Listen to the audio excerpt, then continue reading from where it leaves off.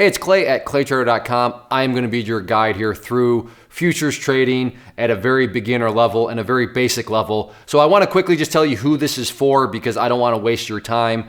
If you are looking for the mathematical theory of things, if you're looking for all the different nooks and crannies of how the futures markets work from the mathematical standpoint, you're probably going to be disappointed. If you're looking for just listen, I want to trade futures. I want to know how do I make money from futures. Sure, I want to know some broad aspects of how the futures market works, what actually it is. From a broad sense, yeah, I want to know that. But I'm more here for the practical, real world type applications, not a bunch of theory, not a bunch of just mathematical equations that I'd learn in some sort of textbook. I want to just know futures, sure, but I want to know how do you make money in the market? How do they work? How will they put profit in my pocket? If that's more of your mindset, then this will be for you. But again, if you're somebody that's looking for the mathematical theory of it all, then you're probably going to be disappointed. So keep that in mind. And maybe you're on the fence. Do I even want to learn futures?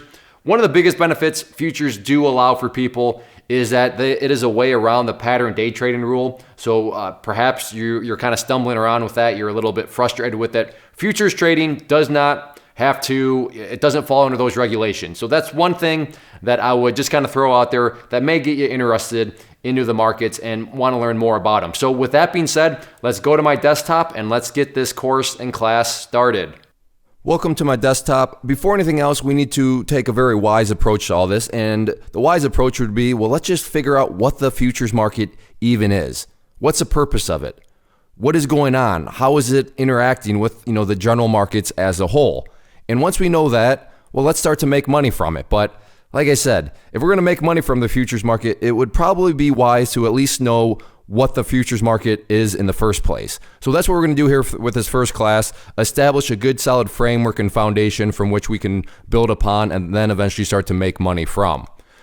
But let's just start, like I said, at the ground floor, and let's look at some definitions here. So let's grab our trusty Merriam-Webster dictionary and look at each of these words. So the first being future. What does future actually mean? Well, it's something that will exist or happen at a later time. The two key components there being something. So, okay, something is what? Happening at a later time. And we'll get to more of that as we go. And then the next part is just market. And a market is a meeting together of people for the purpose of trade. What we're concerned about and what we're going to look at is a meeting together of people. So future market, just something, and this something's happening at a later time, and this is all being based within a market, and a market, a meeting together of people. So meeting together of people. The logical question then becomes, okay, well, who are these people? Who are these people that are meeting together? What are they doing? But who, right? Very, very logical question. So with that, you got to keep in mind that there are two main people that must be involved for a market to exist. Once again, very, basic economics here. You can't have a market if there's not two people involved, right? One person does not make up a market. So who are these people that must be involved? Who are these people that make up the market? Well, you're going to have a buyer and you're going to have a seller, or just in general, buyers and sellers. And that brings up the next question. Okay, well, what is the purpose of their meeting? And that is to negotiate a deal or a trade, right? That's what a marketplace does. If you're going to the grocery store and you want to buy an apple, you are negotiating a deal. You're saying, okay, I will trade this piece of money for that. And you have to try to negotiate. If you think it's priced too high, if you think the seller is trying to rip you off, well, then guess what? As a buyer, there's no deal, right? No deal, nothing's happening. So again, we're keeping it very basic right now, just economics 101. That's what a marketplace is made up of. Two people, and these two people are buyers and sellers. Let's look at the next part here. Something, and then this is happening at a later time. Now, at this point, the deal has been made. So that leads us to, all right, well, what is the something of the deal? I get it, a deal's been made, but the something. So what is this something? And that is an agreement for a transaction to take place at a later time in the future. There we go. Are you seeing how everything's kind of coming together here? So a deal has been made, and then the details of the deal, the something of this deal is just an agreement for some kind of transaction. So what kind of transaction? Or in other words, what are the details of this agreement? So a little bit of context here. Let's just say that when this particular agreement is made, that the current date is August 15th. So again, to reiterate, who is this happening? Who's this happening between? Who's making up the marketplace? Well, we have, again, the buyer. And in our situation, in our little story here that we're going through, let's say the buyer in this story, they manufacture, they produce, they sell one of my all-time favorites, Sour Patch Kids, all right? So if you're not aware, Sour Patch Kids aren't exactly healthy. That's why eat them in moderation. But the buyer, one of their main ingredients in Sour Patch Kids that they need to buy is sugar, right? So they're saying, you know what? I would like to buy 100 pounds of sugar for $1.50 per pound. And then the other part of this market, who would they be talking to? Well, hopefully you have your common sense to say, well, if they're looking to buy sugar, they're probably talking to somebody that sells sugar. Very good job. Exactly. So they're talking to a seller that is going to offer up, they produce sugar, right? They have the big sugar cane fields and they are a producer of sugar. So the seller looks at their proposal, the buyer, and saying, all right, well, the buyer's offering us $1.50 per pound and they want to buy 100 pounds of sugar. Well, you know what? Yeah, I will produce that 100 pounds of sugar for you. And then the final part of this agreement, the last little bit of detail, which is very important for the futures market, is that they are saying this transaction will take place on October 15th. Not to insult your intelligence, but again, as far as our story is concerned, the current date is August 15th. So this deal, this transaction will not actually take place until 2 months later, right? 2 months into the future. So that's what's going on here. They are making an agreement for this transaction to take place in the future. And that's why this would be called a futures contract. All a futures contract is an agreement to buy or sell a commodity on a given date for a given price. So the agreement, again, in our situation right there, and to buy. So what's going on here? Well, they want to buy the 100 pounds of sugar or sell. So in this situation, the seller is going to sell 100 pounds of sugar for some commodity. What is the commodity in this case? Well, the commodity is actually the sugar itself. What is a commodity in general, though? Well, that's just a raw material or agricultural product, and that can be bought and sold. So it's a physical product. It's something that you can pick up with your hands. You can smell. You can throw at somebody, I guess, if you want. So what are some other examples out there of commodities? Well, there's coffee beans, and these are all things that can be traded in the futures market. There's oil. There's gold, corn, cotton, wheat, and there are many others, but here's just kind of a few of the more common ones. But again, that's what a commodity is, just a raw material. And then getting back into the definition, this agreement, this futures contract is all what? It's going to happen on a given date. So in this situation, October 15th, and then for a given price, which we've established is $1.50 per pound. But why in the future? Why agree to buy or sell something in the future when you can just simply buy it and sell it right now? To understand, we got to go back to kind of the foundations of business.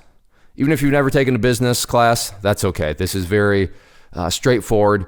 But a principle in Business 101 that if, assuming of course you want to be a successful company, assuming you want to have a successful business, you need to, at the very, very core, the forefront of any decision you make, of any, pathway that you choose to take, you need to always be attempting to do one thing. And all companies, once more, assuming they want to be, successful, assuming they want to be profitable, they are attempting to do this. And what is this? Well, that is try to manage risk.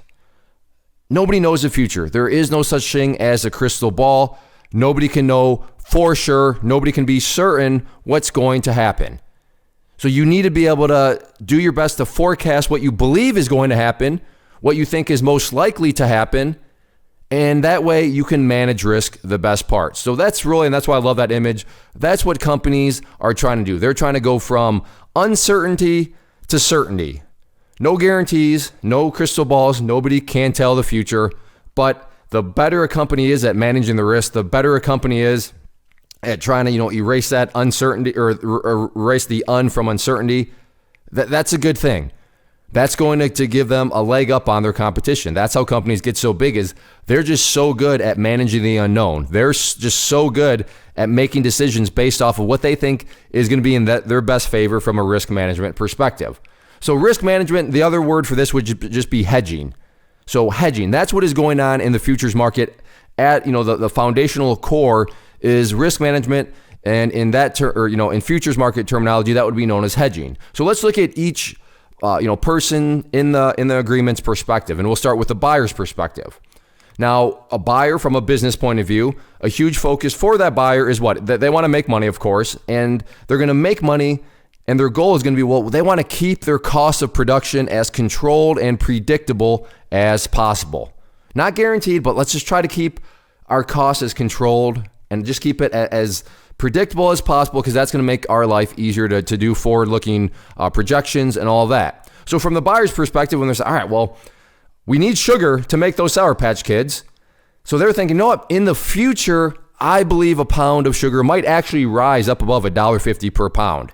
So if that's what the buyer is thinking, that's why they're thinking, you know what? If we think, now why do they think that? They have, for some reason, they believe that sugar prices are going to be going up. So that's why they're, you know what? Let's just lock in the price. Let's get the price of $1.50 locked in. So that's what we're going to do that. So they got it locked in per that agreement.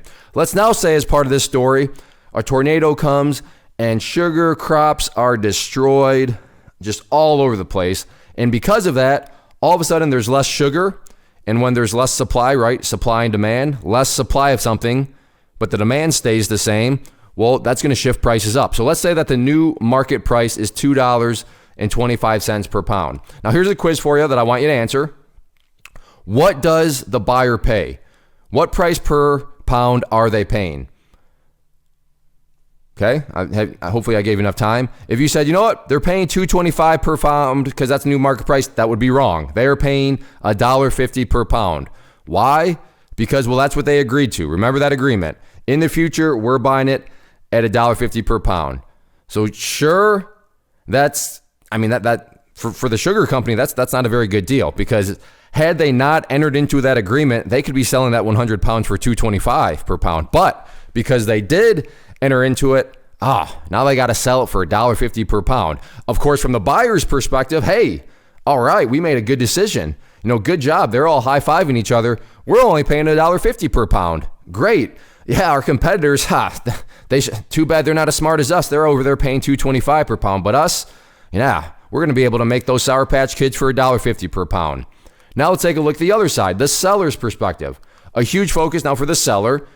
Of course, they want to make money too. This is just business. But how are they going to make money? How is the seller going to make money? Well, they're going to make money by just selling their product for as high as the market, the buyers are willing to pay, right? That's just basic stuff there. If you're looking to sell something to make money, yeah, the higher you can sell that would be the goal, because that's going to be the more profit. So from the seller's perspective, they're going to be thinking something like this when they enter into the agreement. You know what? In the future, I believe that a pound of sugar might drop below $1.50. That's what they're thinking. Now, why do they believe that? They're going to have their reasonings, they're going to have their economic models, but for whatever reason, they believe that in the future, you know what? I think $1.50 is getting pretty high. I don't think this price is going to last very long. So that's why they're saying, you know what? Yeah, yes, producer of Sour Patch Kids, we agreed to produce you 100 pounds of sugar in the future for $1.50 per pound. Because in the back of their mind, they're thinking, yeah, because, if you would just wait, you can probably get it for cheaper. But, if you're willing to pay us $1.50 now, okay, we'll take it. So to carry on with the story, they get that, approved. And then all of a sudden, the supply of sugar just increases all over the place. You have a bunch of new people getting into the business of selling sugar. You have sugarcane crops popping up all over the place. So once again, economics 101. When all of a sudden supply of something increases, well, that's going to cause prices to what? To go down. So the new market price all of a sudden is $1.15. So let's go through the quiz again. The question this time being, so what does the seller receive? How much does the seller get? Are they getting $1.15 or $1.50? If you were saying, well, they're getting $1.50 per pound, you would be right, because that's what the agreement was. So who's kind of getting the short end of the stick here? Who's feeling some pain? Oh, man, the buyer, because the buyer's saying, we signed that contract. We made that agreement. We have to buy that at $1.50? That's not going to be very pleasant. Now, the seller's thinking, yes, we were right. They're all high-fiving because, our other people are having to sell their sugar for $1. All those other competitors out there, they're having to sell their sugar at $1.15 per pound. But because we made this agreement with the Sour Patch Company, we're able to sell it for $1.50 per pound, and they're feeling very, very good about themselves. I mean, it would have been a good transaction on their part. But this is all fairy. This is all just, the basics of how it works. But let's move into getting a little bit more practical here. And this will be kind of the launch point for you and I to be able to start to make money from the futures market itself. Unless, of course, you are a maker of some sort of product, then yeah, maybe you would want to have more of, this approach. But I would assume that probably 99% of people watching this are going to be, wanting to get a little bit more practical with all this. But it's good to know what actually is going on, like I said, behind the scenes here. So the strategy of hedging are the pillars of the futures market. Like I said, that's the foundation. Those are the pillars that we want to build upon. And this is also what is known as a physical settlement. However, for us, I mean, like I said, the vast majority of people here and the vast majority of people in the market itself, I mean, they're not producers, they're not manufacturers, all right? So majority of the people, I want to say that because I'll make the distinction. I already made the comment about, I'm assuming most of you watching, which is true also, but please also understand that as far as the futures market as a whole, the vast majority of people participating in it, they're like you and I, right? They're not producers, they're not manufacturers of any sort of, commodity that what they would need, ingredients for or anything like that. So this is what would be known as the speculators. You have hedging with the physical settlement, and then you have speculators, and this is the investors. This is the traders. So you and I can get involved through what is known as the cash settlement, because we're not interested in, I'm assuming nobody here wants 100 pounds of sugar to show up at their door. So assuming that is correct, then yeah, you would want to be getting involved through the cash settlement. But the point here is that we can indeed get involved in the futures market through speculation, by being an investor, by being a trader. And yeah, that's definitely exciting. That's good. I'm glad we can get involved. So what are the types of futures markets? Pretty much there are two broad markets speculators can choose from. So if you're saying, you know what, yeah, I want to get in the futures market, I want to get involved, let's go. There are two types of markets you can choose from, two types of futures. So the first type is commodity futures, which we've already talked about. These are the raw materials. They can be metals, they can be agriculture, they can be energy. I mean, they can be livestock. Like I said, anything that you could pick up, grab, smell, like I said, throw at somebody. You might have a hard time throwing a cattle at somebody, but you get the point here, right? Like they are items that you can see, you can pick up with your hand. And then the other type is financial futures. And these are literally just pieces of paper. These are just, they're some sort of paper that says, hey, this represents some other sort of abstract object, like a currency. Have you ever thought of like the money that you hold in your hand? Why does that mean anything? Well, because there's this abstract idea. There's this belief that, well, there's value in there. But is there actually value in that piece of paper? I mean, I guess maybe if you're looking to try to start a fire, there would be some real life practical value. But other than that, no. I mean, it's not like you're going to be able to, a hammer a nail in with a piece of, a piece of paper in your hand. So these are just objects that represent abstract ideas. So you'd have indices, and the most popular for these would be the S&P 500. You have futures contracts attached to those, and we'll actually be talking about those in future classes. But you can do it in regards to currency exchange rates, and then just even interest rates and treasuries themselves. And these are all the contracts revolving around debt. And you can do either. Some people trade the commodity futures. Some people just want to focus on financial futures. But the point here being is that these are the two broad types of futures markets that exist, and the types of futures that would be out there. You have commodity futures and then financial futures. So how do speculators make money? Well, let's look at our example here. And remember, we had that $1.50 price. And that is going to be what we would consider and call, in our example here, the spot price. And spot price is something you'll see out there, but just understand that a spot price, all that means is that's the current price. Right now, at this very moment, if you wanted to buy sugar, it would be $1.50 per pound. At this very moment, the current price, that is the spot price. But spot prices don't change or don't stay the same. So as time moves forward, things are going to start to change around. Spot prices are going to change. Spot prices could rise up to the $2.25 mark. Spot prices could go down to, let's call it that $1.15 mark. All right, so why? Why are spot prices changing? Well, I mean, you could have weather. You could have government decisions. You could have just world events. Just stuff happens in the world. Interest rates. Maybe interest rates change something. Speculation itself. that's always the entertaining and crazy part, not necessarily just about the futures market, but really, all financials markets as a whole is, well, why is the price changing? I don't know, because you got a bunch of traders, you got a bunch of investors making different decisions. So it's not like from an economic standpoint, supply and demand has changed at all. I mean, supply and demand could be the exact same thing, but prices could be changing. Spot prices could be changing just simply because of speculation, investors, traders acting, and that's it. So that's always the crazy part about the market is sometimes nothing happens at all. Supply demand remains the exact same, but spot prices are still fluctuating. Well, because you have a bunch of traders and investors that make up the market. So let's think about the value of the contract. Because of this change in spot price, what is the value of this contract going to be doing? And again, the contract between the buyers and the sellers. Well, when spot prices change, the value of the contract changes. I want to say that again. If you're taking notes, definitely write that down because this is how you make money. This is how the futures market opens up the door to you and I to make money. When spot prices change, again, the whole why we just talked about could be for a variety of reasons, but when the spot prices change, the value of the contract changes. The value of that futures contract itself is going to change. It's going to go up and down and all over. And right here, the change in the value of the contract itself is what allows speculators, again, traders, us, investors, to make or, of course, lose money from the contract. And who are these traders? Well, the traders are anybody you can imagine. They can be people down on Wall Street. They can be people, in the retirement home if they have the internet access. They could be, whoever wants to get involved in that is the power of this day and age of technology and the internet and software and brokerages and platforms. Is anybody can be participating, anybody can be making money from this fluctuation, from this change in the value of a futures contract. So you don't need any requirements, you don't need to go to college, you don't need to have a college degree.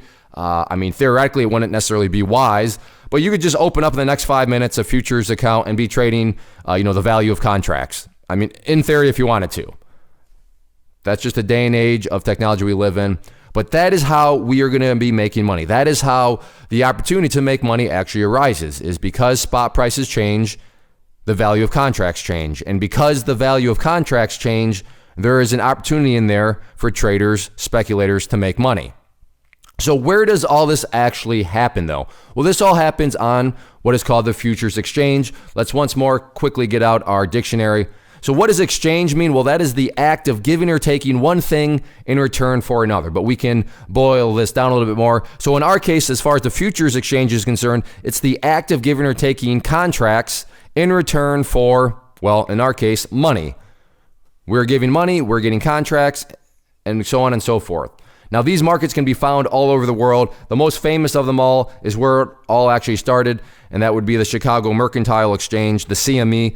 If you've already done some research on the futures, and maybe you've seen CME places, that's what that's standing for. But as far as because I want to make this timeless presentation. So if you're watching this several years from now, as far as, because things change, right? Now, the Chicago Mercantile Exchange has been around for decades upon decades, but you never know. So in order to keep this timeless, just get out a bit of technology. If Google doesn't exist, maybe, 10 years from now when you're watching this, there's some little robot butler that will come down from the ceiling and you can just ask them. But what you're going to want to be asking or just typing into the search engine is just type in futures exchange, insert whatever country you live in, and then insert the year, and it'll do its thing. It'll spit out all the information about the current futures exchanges that exist out there. And, you can then keep up to date on, everything from that point of view.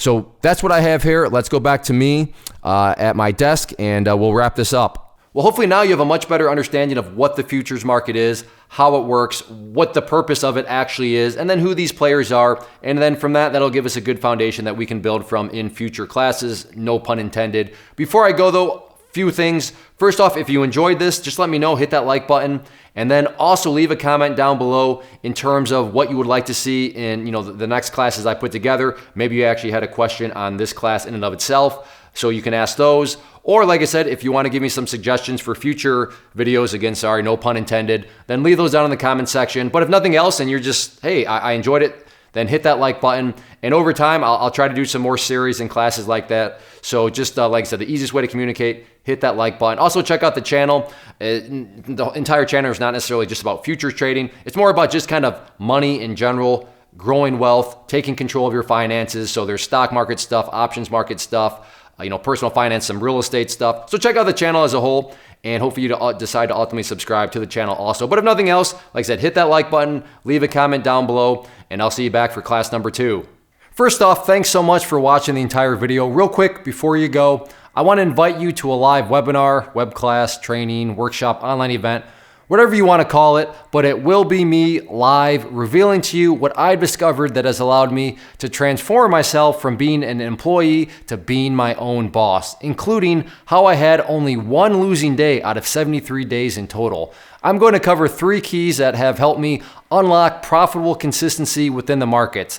The first key is super weird, but in a productive type of way. The second key is super awesome because it quite literally is wired into our DNA as humans, making it very easy to use. But in a cruel way, this becomes a pitfall for many traders. I'll explain it all though, including how to avoid the pitfall that it creates for some. And yeah, the third key, when you hear it, sounds way too good to be true, but it's not, and I'll show you how it all works. Then at the end, I open it up for a question and answer session that is, again, totally live. Even if you can't make the live session, please still sign up as it will be recorded, and you can go back and watch the replay that I will send you.